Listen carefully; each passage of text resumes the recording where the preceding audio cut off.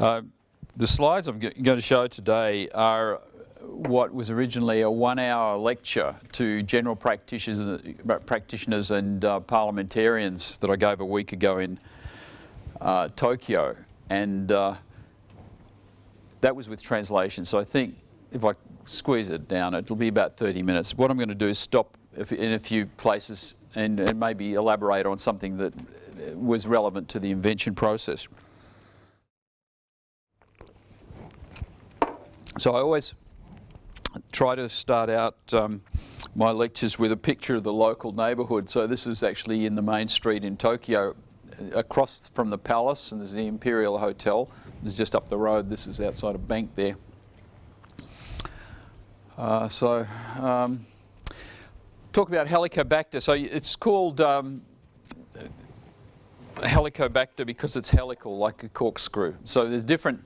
Most of the Helicobacters you see will actually look like a wine corkscrew with 4 or 5 or 6 up to 12 twists and with flagella sticking out of each end. The Helicobacter pylori's only got 1.5 wavelengths. So when you're classifying the appearance of these bacteria, you'd say, you know, the length and the diameter. So that is really the same size as an E. coli. It's about 3.5 microns. It's 0.6 microns thick.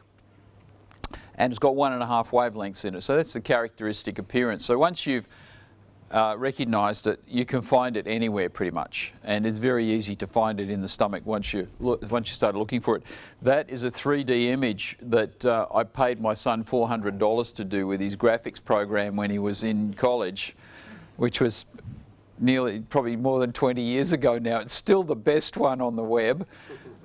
He chose that it was green with like a fungusy sort of surface texture on it, and he complains that he doesn't get any royalties. There's probably 1 million of these somewhere around.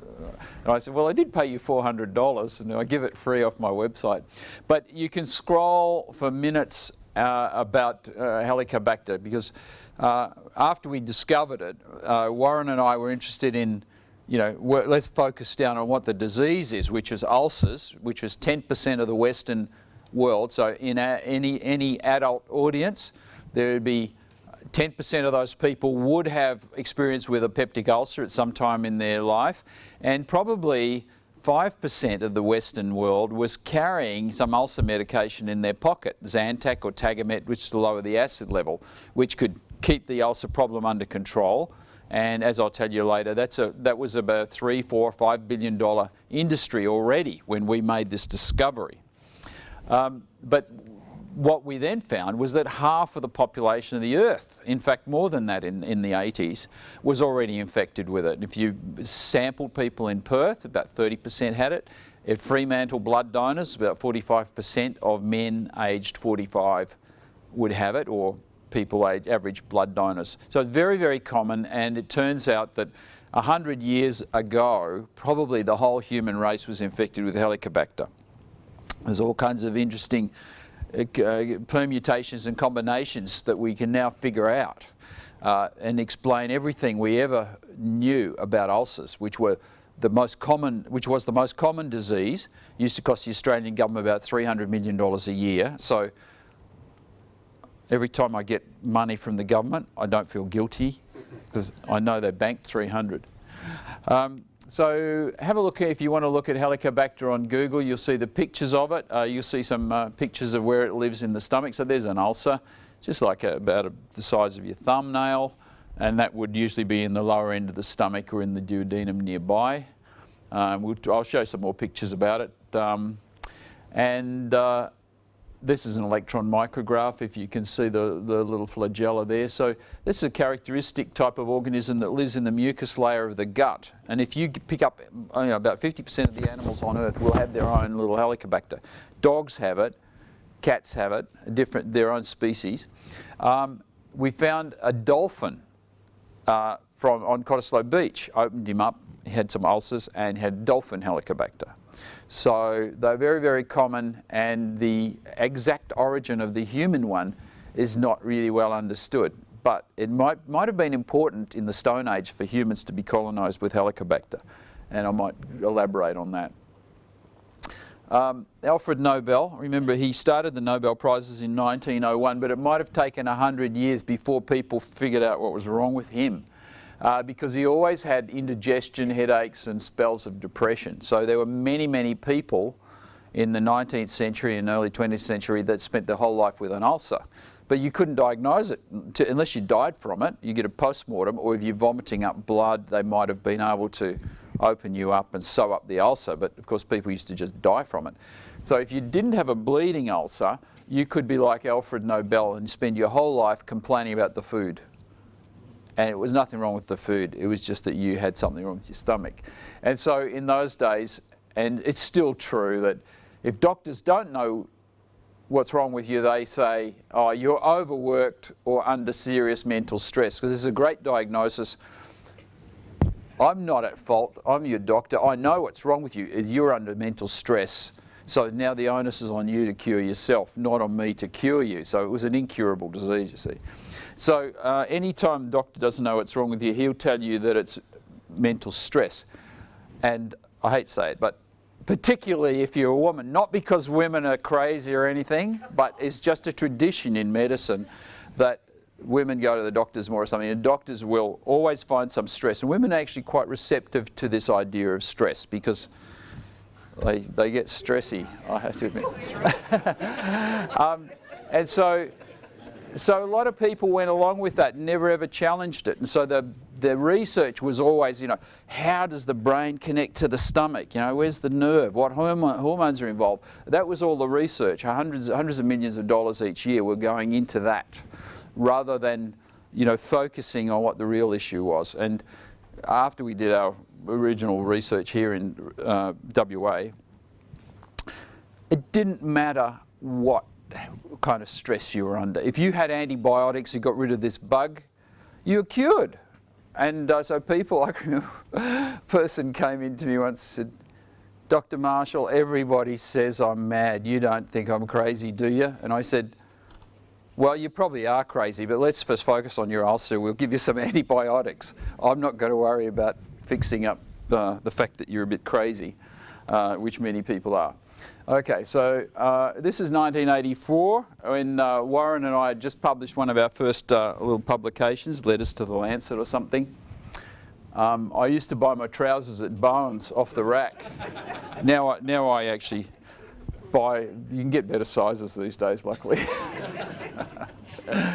And Dr. Warren, I was 30 and Dr. Warren was, so I was about 32 at that point. We'd been going. He was 42, I think. So I think he's 12 or 13 years older than me.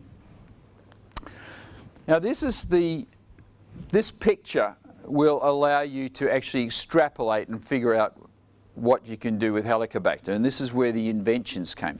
So although people would hear about stomach bacteria, really, when you started looking at these things under the microscope and thinking about it, you realize there's absolutely nothing that parallels this in the human body.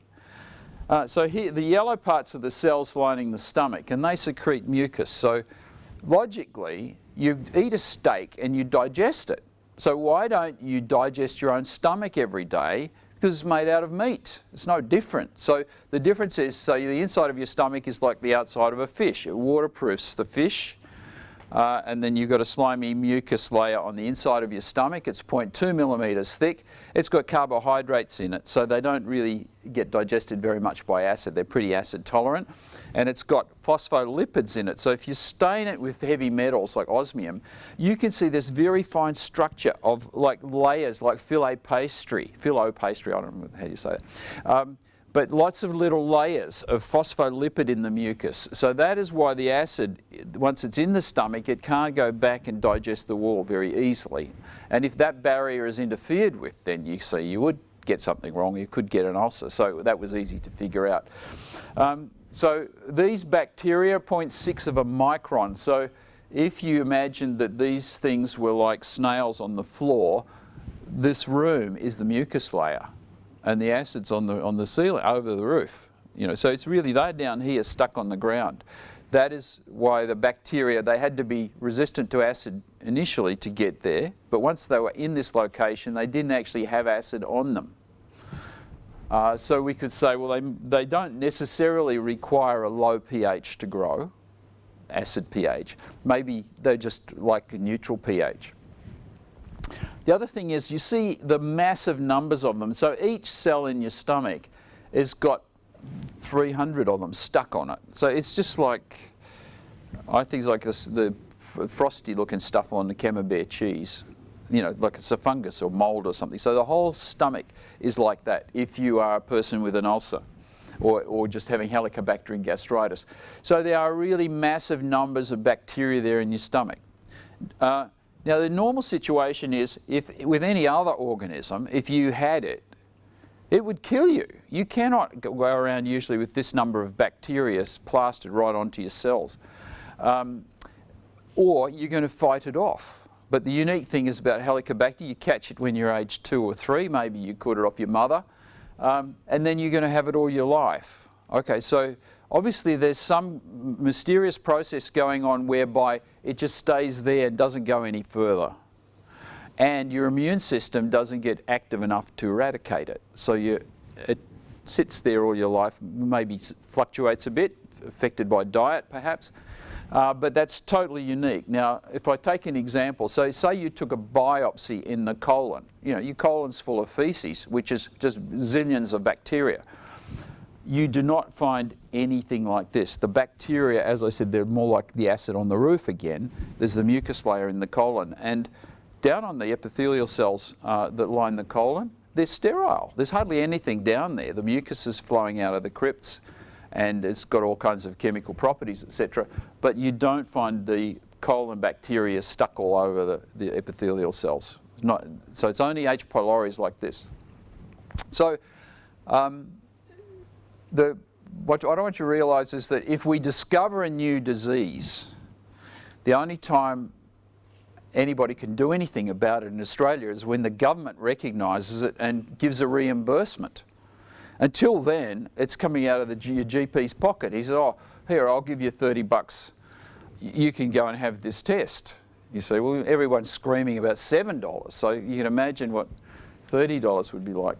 So it's a long way to, you've got a long way to go from finding a disease or a new organism and being able to do anything about it just because of the modern system. So you might be able to get some enthusiasts who'll do it, because they love science or something, but in general you cannot roll anything out in medicine. It really takes years, and that's one of the reasons.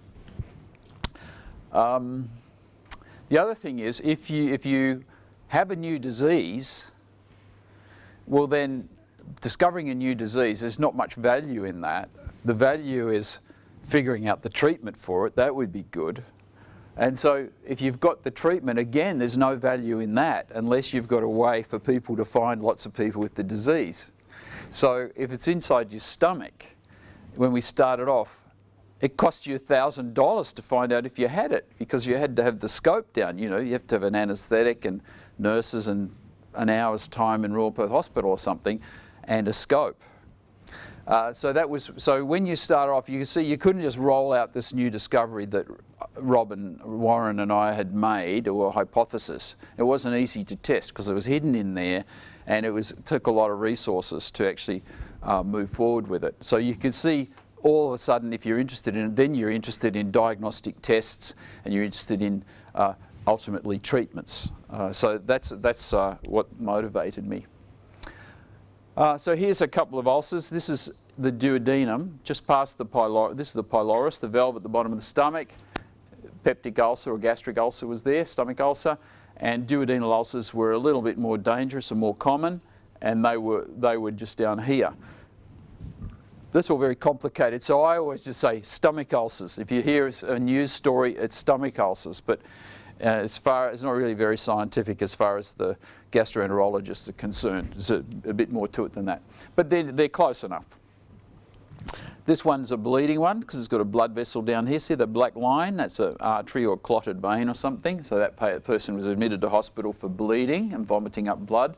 And this is a gastric ulcer. This little black area here is the pylorus, so the food's going to head down through there. And on the lesser curve is this gastric ulcer, about 5 millimetres thick, and the stomach wall is 8 millimetres thick. So there's only 3 more millimetres to go, and it's gone through, and then the gastric contents leaks into the peritoneal cavity. So it's it's called an acute abdomen. The person's screaming, and the ambulance takes them off to hospital. And if you don't get antibiotics and opened up and your stomach washed out, your cavity washed out, you'll die from peritonitis, because it just becomes bacterially infected with all the bacteria that you're swallowing down into your stomach. They just go through the hole, and you've got all kinds of infections there. So that would be the same as a perforated intestine or something, or in cowboy days, bullet wound in the gut would be the same kind of fatality rate. So when we looked at, so we said, well, we don't know where these bacteria come from. They are obviously living there in the stomach, and at this point we could not culture them. So we said, well, let's see who's got them, because in Western Australia maybe they come from Australian animals. At that time we weren't too sure whether other people had them in other countries, and we were being a bit careful because we realised it could be important. We wanted to keep control of the discovery. But at Royal Perth Hospital we studied 100 people coming for an endoscopy, and what we found out, so they had all sorts of things wrong with them. They didn't necessarily have ulcers. And so this is the beautiful thing about this kind of research. It's curiosity driven, and so what I mean by that is, gee, Robin, how do these bacteria live in the stomach? All the textbooks say acid in the stomach kills bacteria. It's sterile. Okay, so you don't necessarily believe everything you read in a book unless you can see the evidence and the fact that it was tested properly. Now, if you say the stomach is sterile, bacteria do not live in the stomach, the only time you can say that is if you've got a method which is 100% certain of detecting and culturing every single bacteria known and unknown. So unless you've got something that really does give you a way of detecting all bacteria, you can't say there's no bacteria. And so in medicine, anytime you read anything in medicine that's 0 or 100%, they faked it or they did a bad experiment or something, because nothing related to humans is ever black or white. There's always some fuzziness in the middle. So anyway, we had 100 patients, 58% had the bacteria. So that was a lot more common than we thought. We said, well, what diseases do these people have? And we looked at ulcers, esophagus had something wrong with it, or gastritis, bile presence in the stomach, because all these were related to different theories about ulcers. Anyway, the thing that popped out of the analysis was that there were 13 patients with a duodenal ulcer, and 100% of those patients had the bacteria. So I was like, 100%, no one will believe this. So we're searching then for somebody who didn't, some patient that had an ulcer without the Helicobacter, but in that series we could not. 13 out of 13 had it. However, if you had a stomach ulcer, 77% had it, 18 out of 22. And the stomach is a bit closer, so you can imagine if you're taking aspirin every 5 minutes because you've got a headache or migraines or something, those aspirin tablets are in your stomach, just sitting on the wall of the stomach, burning it. So it's quite easy to get ulcers in your stomach even if you don't have the bacteria. But the duodenum a few inches further is not going to have ulcers, not have aspirin or any drugs or anything sitting on it, but that was one of the more common areas of ulcers. But we could find evidence the bacteria there was inflamed. So in fact it was somewhat paradoxical, but then it made sense once you realised that aspirin can cause ulcers and bacteria. And then if you looked at this series, you say, well, there isn't anything else. If we're right, there isn't anything else. Most of them got bacteria, and then you could say, you then extrapolate than that, and you say, right, all duodenal ulcers have the bacteria. That means if you don't have the bacteria, it must be impossible to have a duodenal ulcer. They can't exist separately. So therefore you could extrapolate further and you say, therefore if we could get rid of the bacteria, probably you couldn't get an ulcer after that. So that's another extrapolation. Now, is there any evidence with that? Well, the whole community's continuously taking antibiotics. So there would have to be a few thousand people in Perth who'd had an ulcer and had their Helicobacter eradicated just by chance. And yet, where these people are not turning up with ulcers without bacteria, you see. So therefore, you know, with a number of extrapolations and a bit of logic, you could sit down and say, you would have to put your money on this, and it would be a dead certainty that it was true. And so then you start testing it out in different ways. So you move forward. So we published a paper with this data on in 1984. And so we asked this question, would the world accept the new cause for ulcers on the basis of data from only 13 patients? $3 billion a year going into the bank for Glaxo Wellcome, SmithKline, those guys. On this side in Perth, these two guys published their first paper with 13 patients with a germ in the stomach. Like, get out of here, not going to happen. So it wasn't going to be accepted. And the thing that I can tell you is that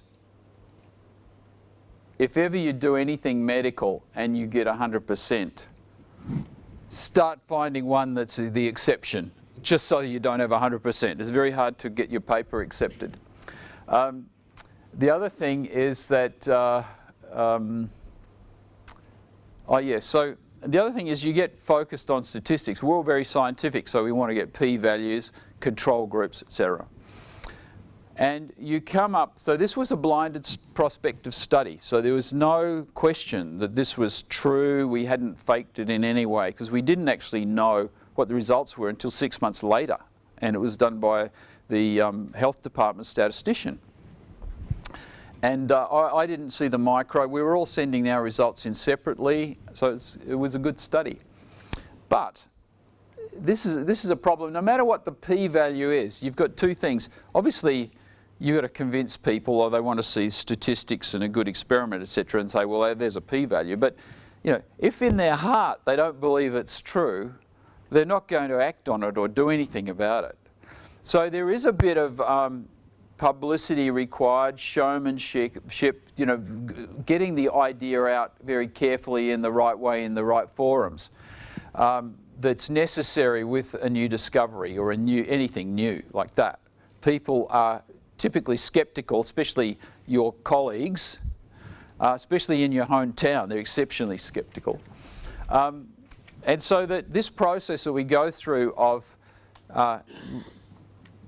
maybe filing a little patent and then doing some extra work and then putting a poster up just to stake claim somewhere and at a quiet little local meeting and having some input from your trusted friends and things like that. That is very, very important, because I'm sure in this room, if someone came in and someone had a new invention and did that sort of thing in this group and chatted with a few people, there'd be a lot of people that would have experience, and they would say, you know, I know somebody in Germany who's been working on this and he's the world expert and a trusted friend, so why don't you go and work in his lab for 6 months? I mean, that sort of thing can happen. So you can very easily get catapulted out of Western Australia onto the global stage with this. But if you just try and do it all yourself, you don't initially have enough connections, you don't really know where the expertise, and you don't really know where the person is that can look at your discovery or invention and say, that's a good one. That's really going to go somewhere because I'm one of 3 world experts. You don't have all those people. And once you start doing something new, so at this point we had been working on it since middle of 1981, and our first publication in the Lancet was 1984. So it's 3 years. And everyone says, well, it's too new. How could you be so confident about it? But in fact, we had been really hammering this night and day, 7 days a week for three years at that point. So we had all the answers. And your peers don't know that. You don't actually have any peers to review your work at that point. So this idea of, you know, everyone was against me, but I knew I was right. We had actually tested our hypothesis many, many ways. Anyway, so here's the famous rejection letter. So when we submitted it to the Australian conference, they said, Dr. Marshall, for this, you know, it was not accepted for presentation. We won't even give you a poster. So I didn't even get a poster. The number of abstracts we received continues to increase. For this meeting, 67 were submitted. We could only accept 56. So unfortunately, ours was like one of the worst ones. And they said, you know, keep up the good work. Something like that. But we did find, you know, proper people who really knew about this kind of thing in different countries. We corresponded a little bit, and I went to an international meeting. So 12 months after this, we were just so far above the local guys that it was very annoying for them, because I was just sort of a junior doctor in one of the hospitals. And I was saying, well, I've only seen 40 ulcers in my life, but I know 10 times more about ulcers than you do, and you've seen 10,000 of them. So that was the situation. So it's very difficult. So this was a quote from somewhere. Gastroenterologists and scientists found it hard to accept the teachings of the two Australians. Not only were we completely unknown, but we also seemed to be supremely confident that our hypothesis was correct. And so I was offered a microbiology job at Royal Perth Hospital, but by then I needed to get down into the stomach, so I needed a gastroenterology job. So I missed out on the gastroenterology job at that point, because they'd given them all out to the people who were doing the right thing and sort of working their way up the ladder, the promotions ladder. So there's no gastroenterology job. So I actually got a job that turned out to be better, a mixture of the both, at Fremantle Hospital, because at Fremantle they're a bit more, you know, I don't know, lay back or something, and you know they'll take you a bit more on your personality and your name and a recommendation from one of their mates that you're a good guy and trustworthy, and not so much on the credentials written on the paper and the reports out of Royal Perth Hospital, which I probably had a few bad ones as well as a few good ones. Like moments of brilliance or something like that would be written on it, I think. So we then realised, we then searched the literature. So the next thing is you've got to read very widely and be interested in lots of areas of technology. And what I can realise looking back on it is one of the reasons we discovered all this when we did was there was new technologies coming up in the 70s and 80s. Lots of new technology, the beginning of the computerisation. So there were things around the hospital all of a sudden that had little computers in them. Now, the thing that had, I'll just, this is Giulio Bizzosero. But the thing that had happened in the beginning of the 70s was fibre optics. And so then you had fibre optic endoscopes. And everyone said, oh, isn't this wonderful? Whereas before, we had to swallow all this barium and take an X-ray, which was like a horrible black and white negative with very fuzzy resolution. And by looking at these shadows, we're supposed to diagnose what's wrong with people. Now, it's marvellous. We don't need barium meals. We've got this thing, we just slide the scope down and look in. We take a little photograph if we see an ulcer. That's much better. You can give the patient a little picture, Polaroid picture, and take it home. So it's a much better experience for everybody. But you see, they had a tool which they were not using. You could actually use that endoscope. You could take little biopsy samples all over the place. You measure the pH. You can take a photograph and measure the colour. All kinds of different things you could do with an endoscope, which nobody was doing. All they did was, oh, this endoscope replaces barium meals.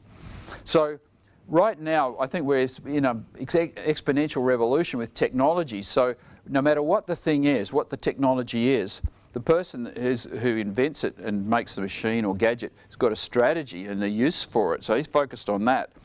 But you know, you take that thing and put it over here, do something else with it, or someone in playing around. And the best one is genomics that I've seen. You know, everybody's genomics, the human genome, it'll do all this good stuff. Well, what do you know? You can find out if you've got a fetal malformation, like trisomy, by just taking a blood sample and sequencing all the free DNA in your blood, and it's 99% accurate. So all those doctors who are making a living, or radiologists who are doing amniocentesis, all those nasty things, that's probably a skill that only 1 or 2 people in Australia will need to have in the future, because it'll all just be done on a blood test. So lots of things like that. And so it's a technology over there. It's used for something over here. And so keep your eyes on the new technologies, because I suppose that's an innovator, isn't it? Going to say, oh, I'm going to use it to solve my problem rather than that one. So anyway, Giulio Bizzocero, we found this reference, 1892, he was looking at dog stomachs. And he was famous because he figured out that red blood cells came from nucleated blood cells in the marrow, nucleated stem cells or precursors. So at that time he was involved in a controversy. Everyone said, is the nucleus necessary for a dividing cell?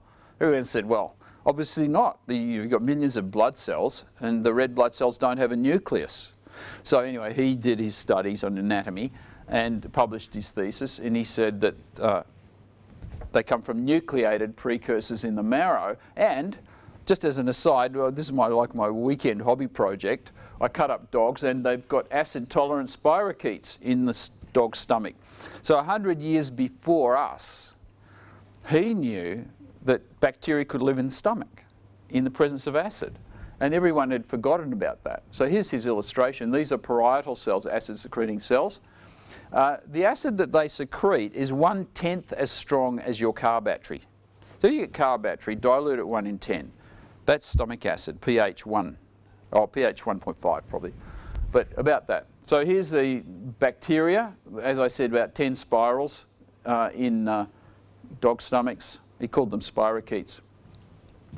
So he said they're acid tolerant, or they turn off acid secretion, and Helicobacter does that. So when you first catch it, it turns off your acid secretion. And so in the lifespan of the person with Helicobacter, the first few years they have it, they don't have any symptoms of acidity or anything, and they can't get an ulcer because their acid secretion is low, because the bugs have helped it turn off. This is a bit of Japanese stuff. Kitazato was one of the guys who studied their infectious diseases, or flick over there. So the question is why, what's the greatest obstacle to knowledge? It's not ignorance, it's the illusion of knowledge. And this is Daniel Boorstin. And this is another thing, you come up with a new invention or a new technology. You say, I've discovered this new thing. Everyone says, we've got 8 other solutions for that problem. You know, we've got this and we've got that and that. And now we've got some other technology. We have to sell that. Everybody's got mega industries related to these things. Who's going to care about this other one? It's just one more. So the illusion of knowledge is that you think the problem's already solved and you don't think there's a problem anymore. But you don't realize the resources that might be getting allocated to solving this problem that's just part of society, if you like. So a lot of people were making money and had industries related to curing ulcers. And everybody thought ulcers were caused by stress, too much acid, spicy food, alcohol, and genetics. Because if you had an ulcer, you say, my mum had one and her father had it and her brother's got one. So it's obviously genetic running down in the family. So whenever you hear that something is genetic, you know, runs in the family, just realize there's 2 things that can happen. It could be genetic, or maybe the family always lived in that village and there's this little stream supplying the water supply, and up the stream is something else, and you're all drinking the same water for generations. And so it looks like it's running in your family.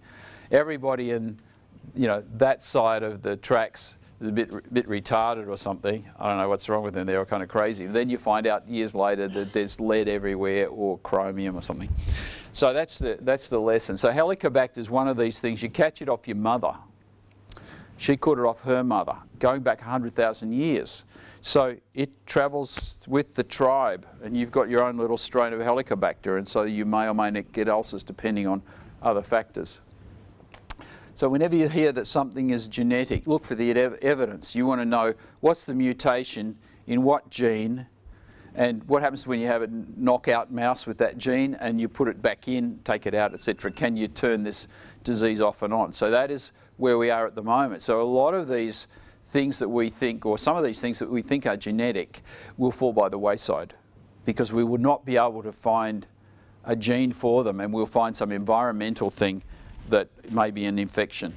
So the good one at the moment, of course, neuroscience and Alzheimer's disease, it's probably some virus that you get as far as I'm concerned. Maybe you got it when you were 5 and it set you up for something in the long term. So that's the illusion of knowledge. If everyone knows the answer, they're not interested in the new technology or the new discovery. So this is a little bit about my experiment. It was written up in a comic by the company that invented the antibiotic that cures Helicobacter, clarithromycin. So this is the Abbott company, the biggest antibiotic company in the world. But when they had the drug approved, they created this comic and they sent it to every doctor in America, 200,000 copies or something like that. There's only 2 copies of this comic left in existence. I've got one. Everybody probably threw it out. So here I am at Fremantle Hospital drinking a brew of Helicobacter to see if I would get infected by it and would develop an ulcer. So that's what I wanted to find out. And that happened in 1984. So I felt a bit squeamish afterwards, and then a few days later I started having some vomiting attacks, and then I got better. So by 2 weeks I was over it. So the thing about Helicobacter, the reason you don't remember it when you don't remember catching it is because you caught it when you were 3 years old. You vomited for 3 days. Your mum gave you lemonade and milk arrowroot biscuits till you felt better, and then you're okay. But you had the germ there in your stomach for the rest of your life, and so you're always susceptible to ulcers. So this is the crucial inspiration. Here I am having my endoscopy. Dr. Warren's putting the scope down me, and I'm thinking, if only there were a simple, quick test to diagnose this bacteria, then I would be spared this burdensome procedure. I wouldn't have the $1,000 procedure. I have something else. So obviously there was a need there, and you could easily get a cost-effective case for it. So to make my life easy, I didn't want to be doing millions of endoscopies. I needed to be having a non-invasive way. That's my stomach with the bacteria in it. I'll skip over that. This is some epidemiology stuff. I wanted to speak a little bit about diagnosis, because this is where it gets a bit interesting, if I can find it.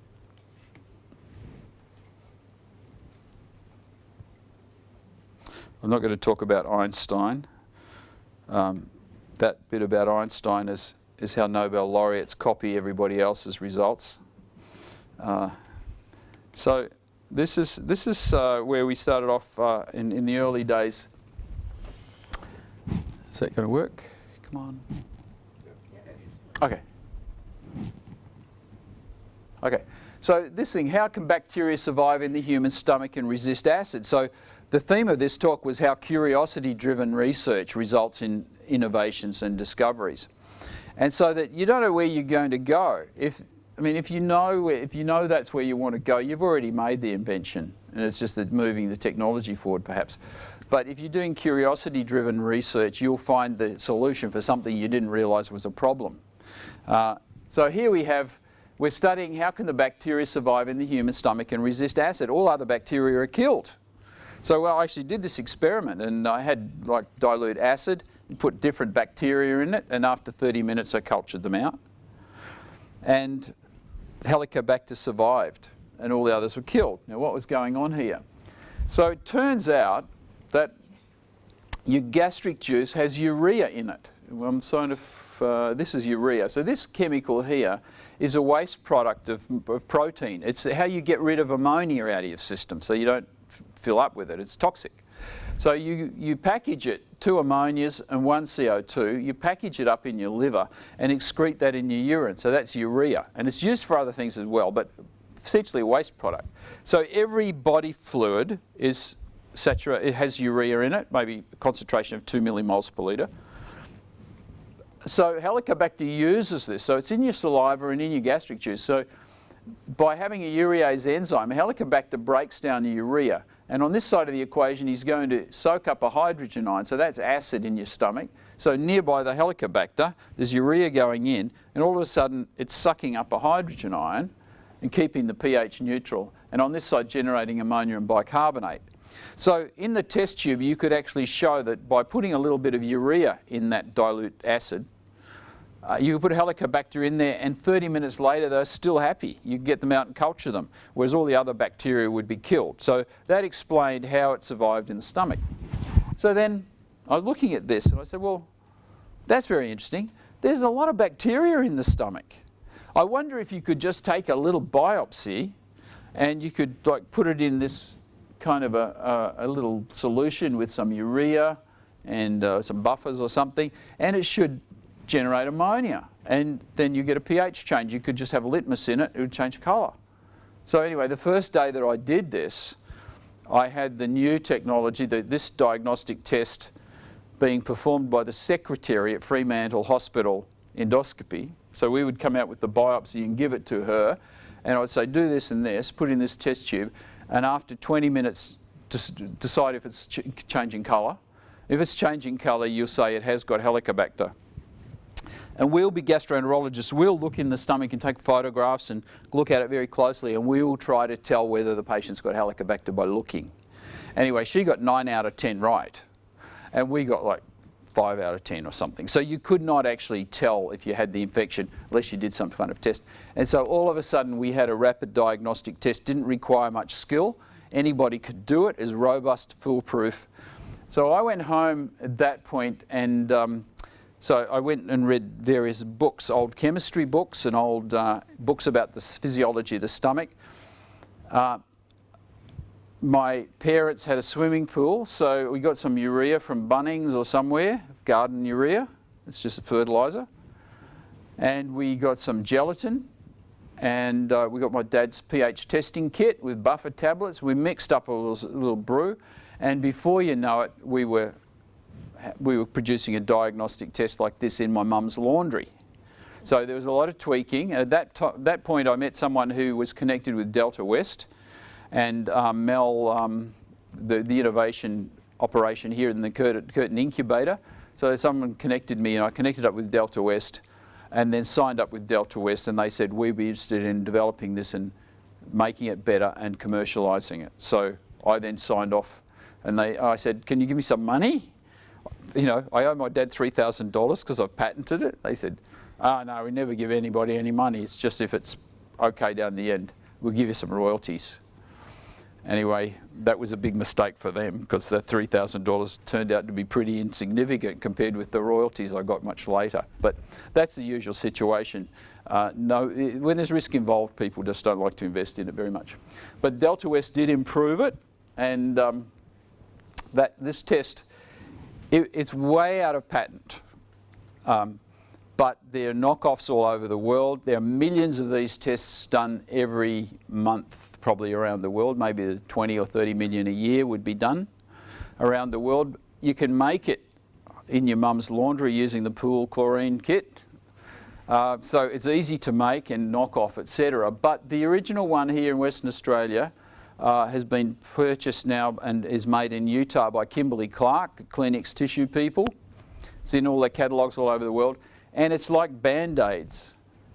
So this is now a lesson, a very, very important lesson for you young inventors.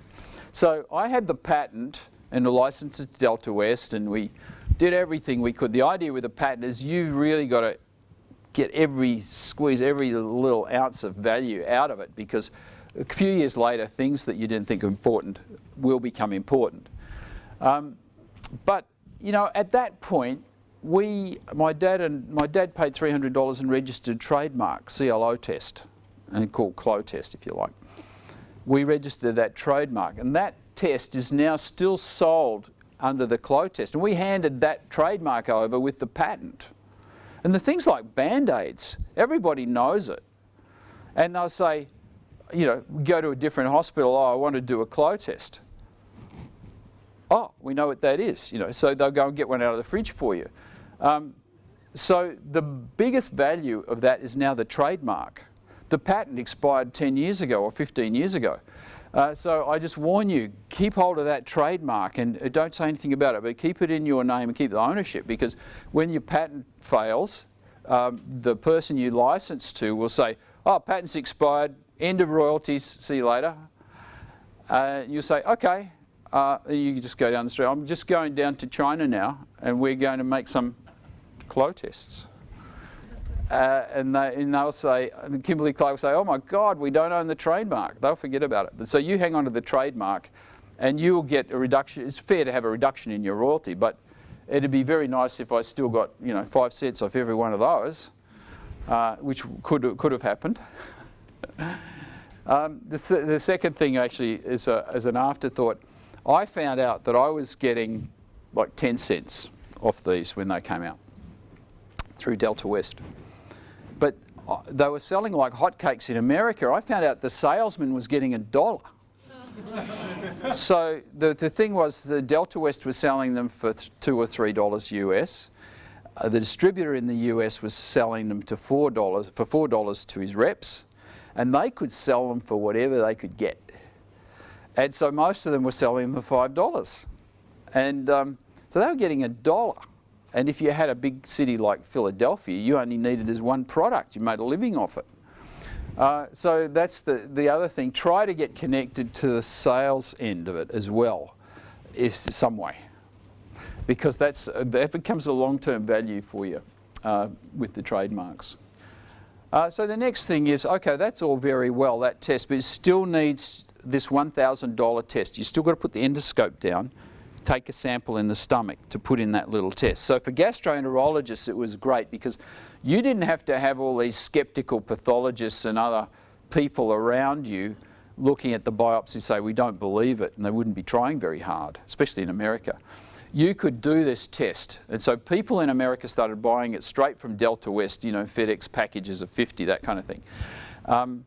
And doing it themselves in their private practice and paying for it, because what happened was you could make the diagnosis before the patient left the endoscopy room. So not only did you have the diagnosis, you didn't spend $200 getting pathology done, histology or cultures, and the patient didn't have to come back for another follow-up visit or anything. He was already walking out the door with his prescription of antibiotics. So it saved, every time you did one of these tests and went positive, you saved everybody about $250. So in America, where people paid for their health care and everyone was trying to figure out why was it so expensive, they soon figured out that there was value in this kind of thing, and a lot of health companies then said, we'll reimburse it, $30. But sadly, that doesn't happen in Australia. There's all kinds of tweaking socialistic things in the marketplace in Australia, so that you don't actually have free enterprise in the health system, and people don't know how much things cost. You invent something in Australia that's for health, and they say, well, that's free anyway.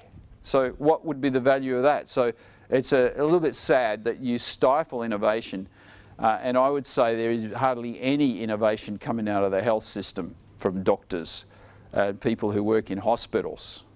And this is one of my little pet peeves about things at the moment.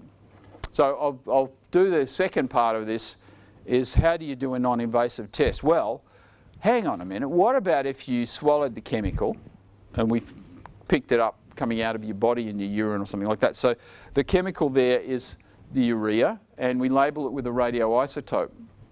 So this is a picture which I can draw, but no one else but Dr. Warren and I are really thinking like this, because everybody draws these big cells and they draw a little tiny skinny mucus layer, and then they drew all these drawings about the cells, and the ratios are totally wrong. So we have got the cells down here.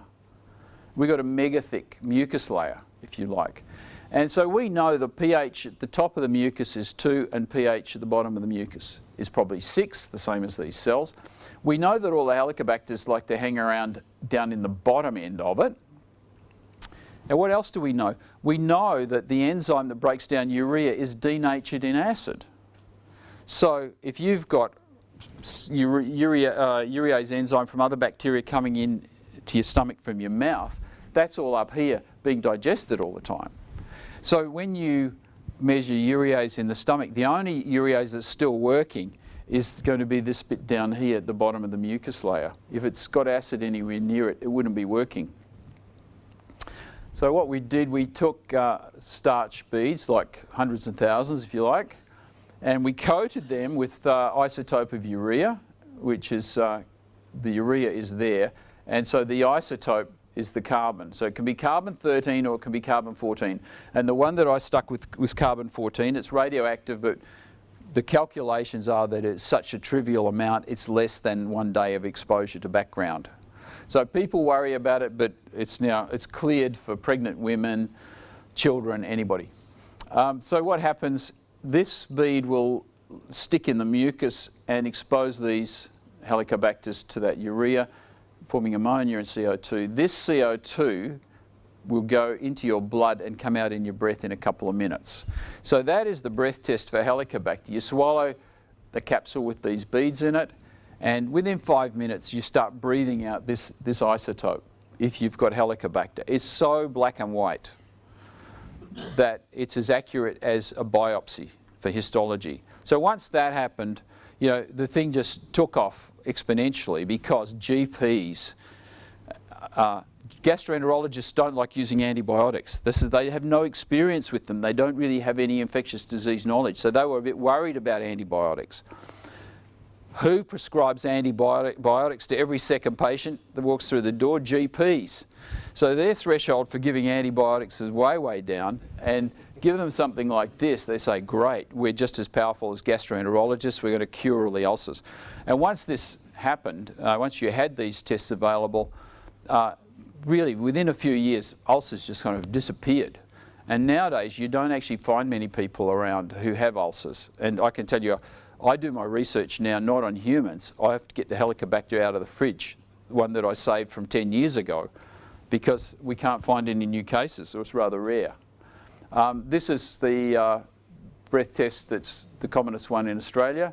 This is a lady takes the capsule, 10 minutes later she blows up the balloon, and we have a little distribution centre in West Perth, and that company's got gradually getting territory in the Middle East, eventually practically everywhere in the world. And this test, we have got the trademark. So not letting that out, but again that's out of patent as well, and there's knockoffs. But it's a funny thing, it's very difficult to have a radioactive product approved in medicine, because I mean it's radioactivity, it's very scary. But if you do your science properly and you can show that it is safe, it's just really almost like background, and put in several years' work, expensive work to get this sort of thing registered. It's not easy for someone to come in with a knockoff, because they still have to spend $250,000 and employ a couple of PhDs to write the documents for 12 months. You really have to invest in that before you can get a registration in Australia or any other country. And so there are knockoffs around the world, in China, etc. But those products, it's very hard for them to get into Australia because they have to find somebody who's going to stake the money to get that part. So in some respects, having a long timeline, a long, expensive, difficult timeline with high-level activities like PhDs, postdocs doing the work on it, does protect your product in the long term, because somebody just can't start it up in their laundry, as I did with the original test. They have to really invest in it to get to that point. So I will pause now for questions, and we can talk about ins and outs of all this. Yeah, I have one question. Yeah.